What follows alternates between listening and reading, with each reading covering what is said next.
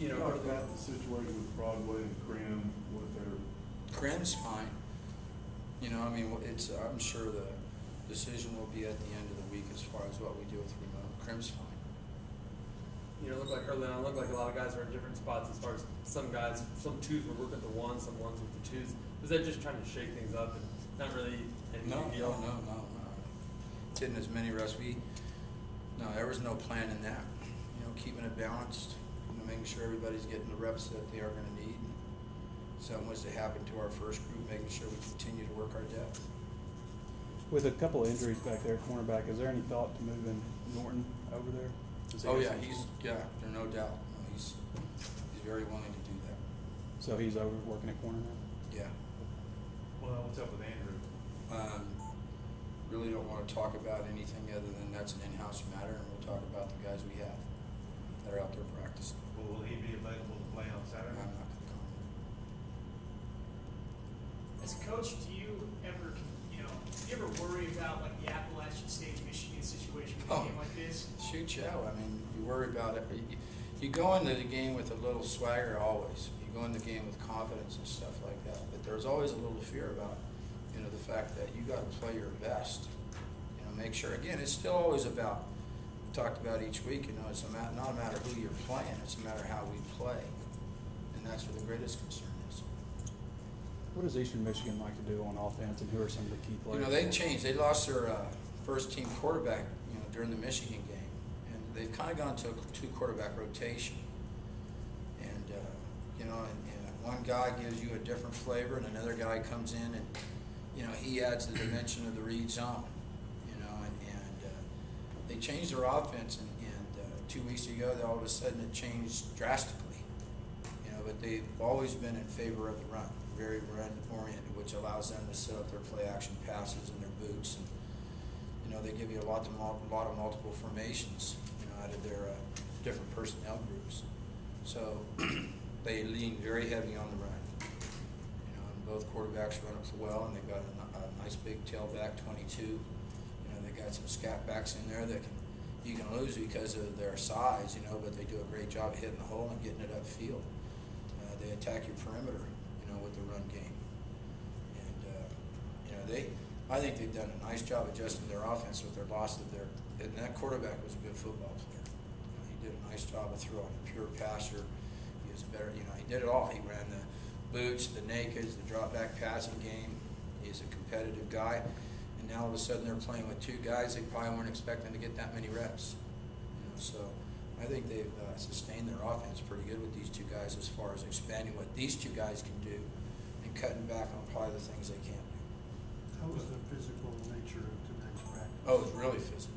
Started off right away in our tackling stations, and then we get through that, and our individual was still quite physical with our linebackers and our D-line. But I wasn't down at inside run, but I know in our group and our team we were very, very physical.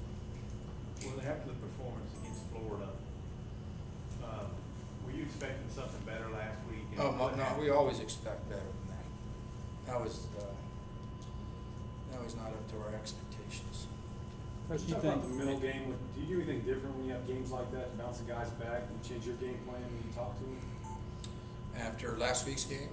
Or any week, maybe a disappointing loss. Yeah, I think you have to go back and critique it, and make sure that we don't lose the idea of technique and assignment and focus, and courage still has a lot to do with the game.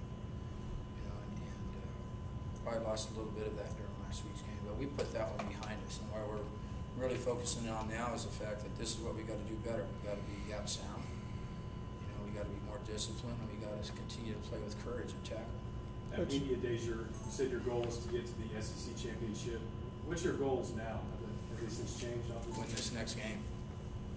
And we take one game at a time. But win this next game. Our focus has been that was a long-term goal. But throughout the long-term goals, you always have to have the ability to adjust your goals. And then you play. Then you have short-term goals, and our goal each week now is to focus on this next opponent and to make sure that we play at our best at what we're capable of playing at and winning the football game. Willie, how's David Gordon come along, especially with all these injuries? Obviously, he's a guy that's going to get. David played a lot for us last week, and he responded pretty darn well. He's thrown in the fire a little bit. Probably had, I would say at least maybe 30, 35 more reps than he was used to having. And, again, going back to what we talked about before, when you don't get that many opportunities, sometimes you get tired. Sometimes you lose focus. And I was really proud of the way David handled himself during that game, and he responded very well. Made some really nice plays. Well, y'all are winning the turnover battle by a pretty handy margin. How do you reconcile that with not getting wins and still giving up yardage? Well, I think we've improved in quite a few. I think at least 3 or 4 areas, that being one of them. I think our offense does a great job also. I mean, they've had few and far between, and we've been fortunate enough to create. We run to the ball well. We get hands-on balls, and sometimes we get tip balls because we're running the ball well. I think our issue is the explosive plays, obviously. Last week, for the first time, we didn't get off on 3rd down. We suffered there, and that's always a key element of the game. So you can have as many turnovers as you want, but if you can't get off on 3rd down, which you don't get off on 3rd down because you probably don't win enough first downs. You put yourself in those 3rd and short windows, 3rd and medium windows where tough wins. And the ones that we got into 3rd and long situations, we were productive at. But you got to win on 1st down. We didn't do that last week. How's Leon progressing? He's doing good. He's doing good. He's getting the same amount of reps that everybody else is this week, and he responded really well this week. And I think he's going to be fine. I think he's feeling a lot more confident, a lot more comfortable within the system.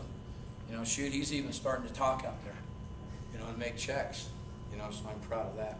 Where I don't think there's any hesitation in what he wants to get done now. Coach, you played 3 spread teams in a game, then Ole Miss was more of a run, play action type of team. You think that had anything to do with the pace and all that kind of stuff? No, I don't think so. Anything else, guys? Thank you, All right. Coach.